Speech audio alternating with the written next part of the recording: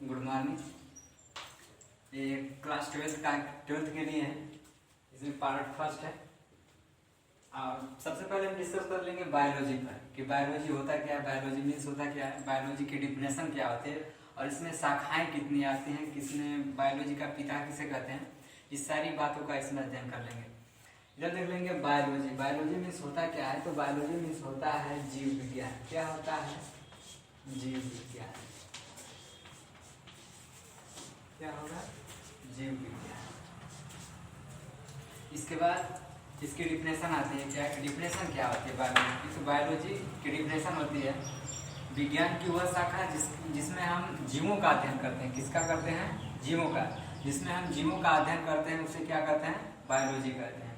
इसके बाद बात ये आती है कि जो ऑर्गेनिज्म शब्द है, यानी यहाँ से निकल के आएगा, इसमें बायोलॉजी में अध्ययन किसका करते हैं? बायोलॉजी का। अब कह रहा है कि जो जीव शब्द है यह किसमें पाया जाता है? यह पाया जाता है एनिमल और प्लांट दोनों में पाया जाता है।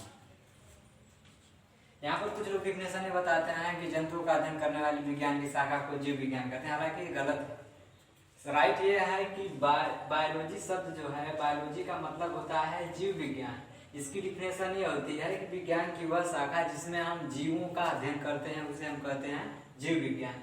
इसमें कह रहा है कि जीव क्या होता है? जीव ऑर्गेनिज्म जो नॉन लिविंग लिंग्स को दर्शाता है। कह रहा है कि सजीव और निर्जीव को दर्शाता है, जो अपना मोमेंटम कर सकता है, भोजन कर सकता है, वृद्धि कर सकता है, उसे हम जीव कहते हैं। तो कह रहा है कि ये जो जीव है इसे इंग्लिश में ऑर्गेनिज्म बोलते हैं। क्या बोलेंगे? ऑर्गेनिज्म बोलते हैं। ऑर्गेनिज्म जो होता है यह पाया जाता है एनिमल में और प्लांट में। आगे ये क्या हुआ कि एनिमल में और प्लांट में बहुत सारे डिफरेंट पाए जाते हैं कि एनिमल एज प्लांट के समान नहीं है, न तो प्लांट एनिमल के समान है। कह रहा है कि एनिमल की क्वालिटी ये होती है कि एनिमल क्या करता है, वन प्लेस अनदर प्लेस जा सकता है। इस ग्रुप में मैन भी आता है कि अपनी प्रॉब्लम को क्या करता है कि अपने कह रहा है कि विचार से रिप्रेजेंट करता है कि पेन हो रहा है, यानी सारी बातों को बता सकता है, लेकिन पौधे में ऐसा नहीं होता है। पौधे की क्वालिटी ये होती है कि अपने बाहरी लक्षण को क्या करता है, रिप्रेजेंट करता है, जिसके द्वारा से पता चलता है कि पौधे में क्या वीकनेस है।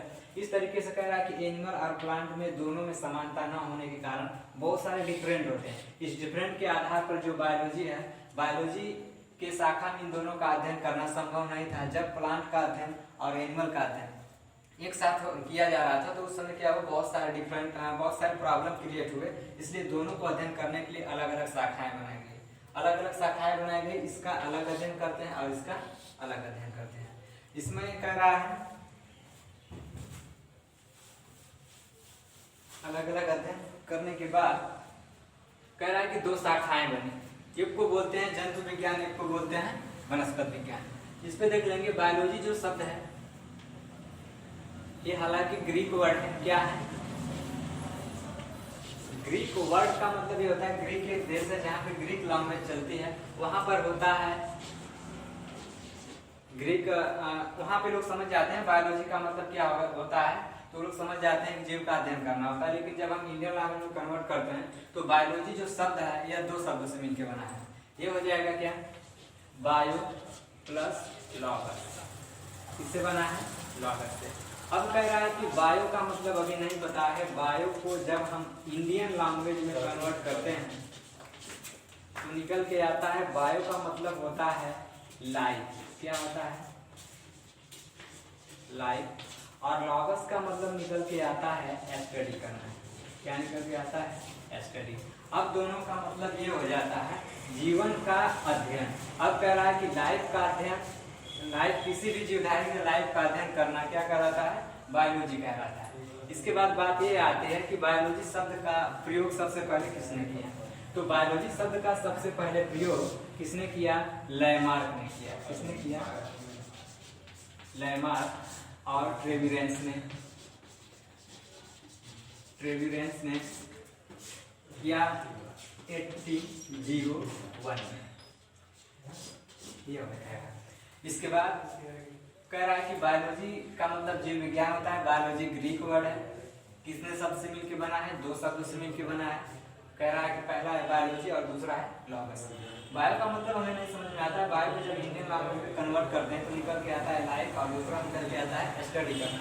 अब कह रहा है लाइफ का मतलब होता है जीवन, स्टडी का मतलब होता है अध्ययन करना, यानी जीवन का अध्ययन करना ही क्या कहलाता है, बायोलॉजी कहलाता है। कह रहा है कि बायोलॉजी शब्द का प्रयोग सबसे पहले किसने किया, एक फेमस साइंटिस्ट है लैमार्क, जिसमें मैं जिराफ पे अपना अध्ययन बताया था। तो ये वही साइंटिस्ट हैं लैमार्क, और ट्रेविरेंस ने 1801 में सबसे पहले बायोलॉजी शब्द का प्रयोग किया था।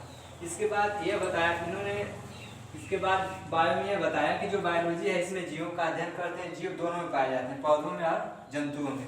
इन दोनों का अध्ययन एक ही शाखा में करना संभव नहीं है, इसलिए बायोलॉजी को तोड़ करके दो शाखा में बना दिया गया। उन दोनों शाखा का नाम है, एक को बोलते हैं, यहाँ पर हो जाएगा, इससे यहाँ हो जाएगा बायोलॉजी, यहाँ पे दो शाखा बनेंगे। एक को बोलते हैं जूलॉजी, क्या बोलते हैं, और एक को बोलते हैं बॉटनी। अब कह रहा है कि जूलॉजी और बॉटनी क्या होता है। तो जूलॉजी को हिंदी में जंतु विज्ञान कहते हैं। क्या कहते हैं, जंतु विज्ञान, और इसे कहते हैं वनस्पति विज्ञान। अब कह रहा है कि इसकी डिफिनेशन क्या होगी, जंतु विज्ञान का डिफिनेशन ही हो जाएगा विज्ञान की वह शाखा जिसमें हम जंतुओं का अध्ययन करते हैं। अक्सर लोग बायोलॉजी की जब डिफिनेशन पूछी जाती है तो लोग इसकी डिफिनेशन बताते हैं, हालांकि वो रॉन्ग है।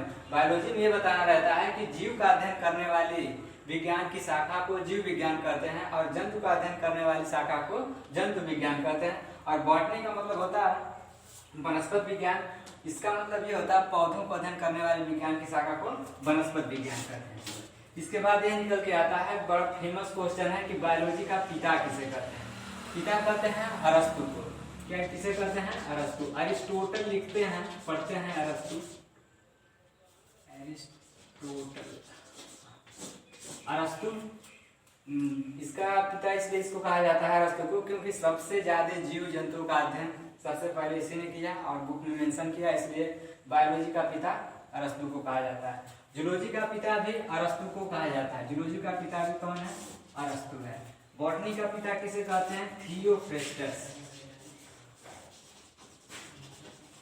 थियोफ्रेस्टस, ये हो जाएगा थियोफ्रेस्टस बॉटनी के पिता है, और कह रहा है कि जूलॉजी के पिता अरस्तु हैं। तो ये हो जाएगा बायो का सिर्फ इतना परिचय हो जाएगा कि बायो में इतने कॉन्सेप्ट रखने के बाद तब जाके बायो को पढ़ना स्टार्ट करेंगे। बायो की डिफिनेशन क्या होती है, बायोलॉजी होता है। यहाँ पे कह रहा है बायोलॉजी की डिफिनेशन क्या है, कह रहा है कि जीवों का अध्ययन करने वाले विज्ञान की शाखा को जीव विज्ञान कहते हैं। बायोलॉजी कितने शब्द से मिलकर बना है, दो शब्द से बना है, एक बायो होगा एक लॉगस होगा। बायो का मतलब लाइफ होता है, लॉगस का मतलब स्टडी करना होता है। दोनों मिला देंगे तो निकल के आएगा कि लाइफ, किसी भी जीवधारी के लाइफ को अध्ययन करना ही क्या कहलाता है, बायोलॉजी कहलाता है। अब कह रहा है कि जीव दोनों में पाए जाते हैं, एनिमल में पाए जाते हैं और पौधों में भी पाए जाते हैं, इसलिए दोनों का अध्ययन एक में करना संभव नहीं है। बायोलॉजी को दो शाखा में डिवाइड कर देते हैं, एक को बोलते हैं जूलॉजी, एक को बोलते हैं बॉटनी। इसके बाद कह रहा है कि जूलॉजी में किसका अध्ययन करते हैं, कह रहा है कि जंतुओं का अध्ययन करते हैं। इसको भी अगर देखेंगे तो इसको भी, ये भी ग्रीक वर्ड है, ग्रीक देश में ग्रीक वर्ड चलता है, वहाँ पर जूलॉजी का मतलब जंतु विज्ञान समझ जाते हैं। लेकिन जब हम इंडियन लैंग्वेज में कन्वर्ट करते हैं तो ये निकल के आता है, कह रहा है कि जुवन प्लस लॉगस। जुवन का मतलब यहाँ पे हम जब कन्वर्ट करते हैं ये भी बना होता है, जुवन और लॉगस दो वर्ड से मिलकर जूलॉजी बना है। जुवन को जब इंडियन लैंग्वेज में कन्वर्ट करते हैं तो जुवन का मतलब निकल के आता है एनिमल। क्या आता है, एनिमल। और जैसे लॉगस यहाँ पे मैंने लिखा है, लॉगस का मतलब स्टडी करना है, तो सेम टू सेम यहाँ पे लिख देंगे, लॉगस का मतलब होता है स्टडी। अब इससे यह क्लियर हो गया कि जूलॉजी में किसका अध्ययन करते हैं। तो एनिमल में क्या होता है, जंतु विज्ञान होता है, यानी जंतु होता है, यहाँ पे जाएगा जंतु, और यहाँ पे कह रहा अध्ययन। अब कह रहा पूरा निकल के ये आ जाएगा कि जंतु का अध्ययन करने वाली विज्ञान की शाखा को जूलॉजी कहते हैं। और इसके पिता कौन है, थियोफ्रेस्टस हैं। बायोलॉजी का सबसे पहले उपयोग लैमार्क ने किया था और ट्रेविरेंस ने किया था। तो ये सारे इंट्रोडक्शन अभी लेना पड़ेगा। अब इसके बाद हो जाएगा कि अपने सिलेबस पे चलेंगे।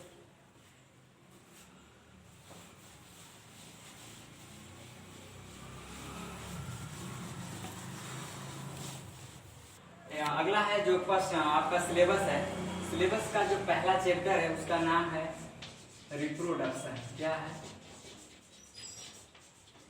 रिप्रोडक्शन। इसको हिंदी में बोलते हैं जनन। पहला चैप्टर है। और ये भी कह रहा है कि रिप्रोडक्शन तो दोनों में होता है, एनिमल में भी होता है, प्लांट में होता है, लेकिन पढ़ना किसमें है? तो कह रहा है कि पढ़ना है हमें पौधों में।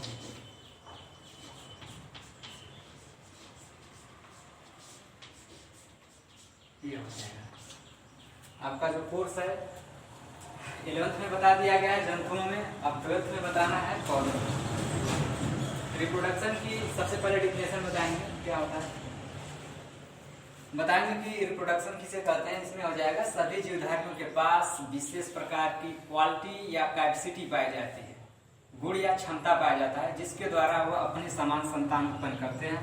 इस प्रोसेस को क्या कहते हैं? रिप्रोडक्शन, हिंदी में जनन कहते हैं। जैसे यहाँ पर हो जाएगा कि एक सीड ले लेंगे। अगर मैं कह दूं कि यह मैंगो का सीड है और ये जर्मिनेट करने के बाद फिर मैंगो का ही प्लांट बनाता है,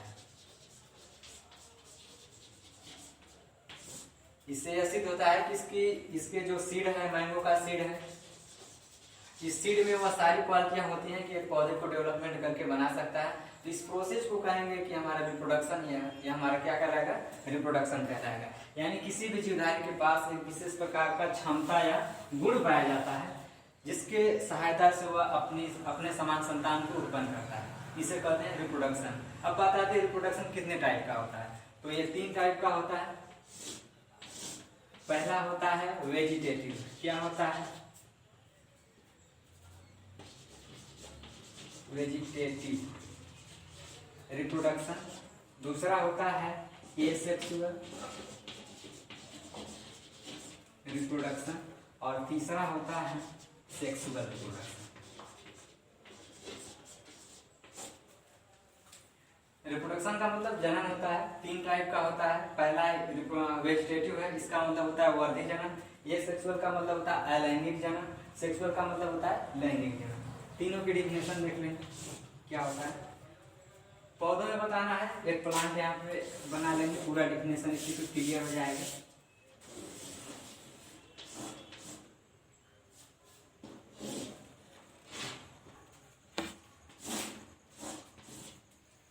इसमें कह रहा है कि वेजिटेटिव रिप्रोडक्शन किसे कहते हैं। वेजिटेटिव रिप्रोडक्शन का मतलब ये होता है किसी भी पौधे के फ्लावर को छोड़ करके, जो इसमें फ्लावर है, इस फ्लावर को छोड़ करके बाकी किसी भी पार्ट को काट करके अलग करने से नया पौधा बन जाता है, तो उसे कहेंगे वर्धी जनन, या इंग्लिश में कहेंगे वेजिटेटिव रिप्रोडक्शन।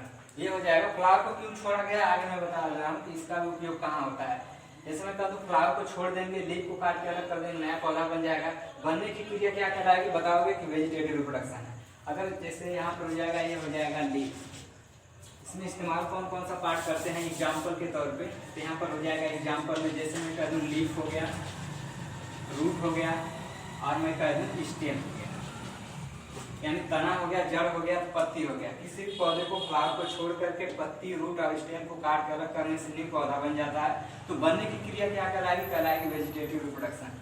ये सेक्सुअल रिप्रोडक्शन का मतलब ये होता है, इसे हिंदी में अलैंगिक बोलते हैं। अलैंगिक जनन वह जनन की प्रक्रिया होती है जिसमें मेल या फीमेल कोई एक सदस्य के द्वारा अगले जीवधारी का निर्माण होता है, उसे कहेंगे अलैंगिक रिप्रोडक्शन। आगे चल इसमें एग्जांपल हो जाएगा, जैसे मैं कह दूं बैक्टीरिया। बैक्टीरिया में कोई ये नहीं पता कर पाता है कौन मेल है कौन फीमेल है। इसमें एक सिंगल बॉडी ऐसे क्या करेंगे, सिंगल बॉडी बैक्टीरिया को भी यहीं से डिवाइड होकर के 2 नए बैक्टीरिया का निर्माण कर देता है।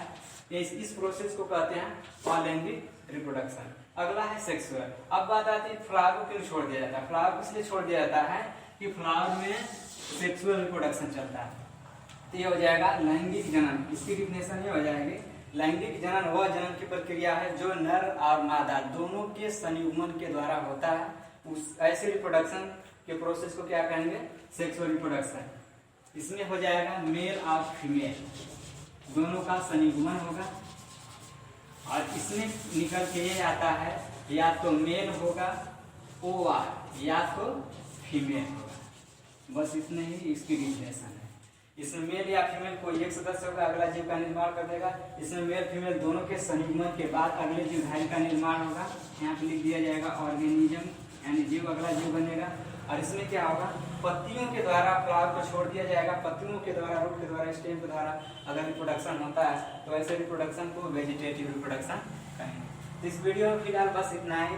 बायोलॉजी का परिचय दिया गया है और रिप्रोडक्शन में पहला फर्स्ट ही चैप्टर है, इसको कवर कर लेंगे। ग्राफ के माध्यम से डिफिनेशन बताई गई है, कॉपी और पेन लेके बैठ जाना, उस पर राइट कर लेना।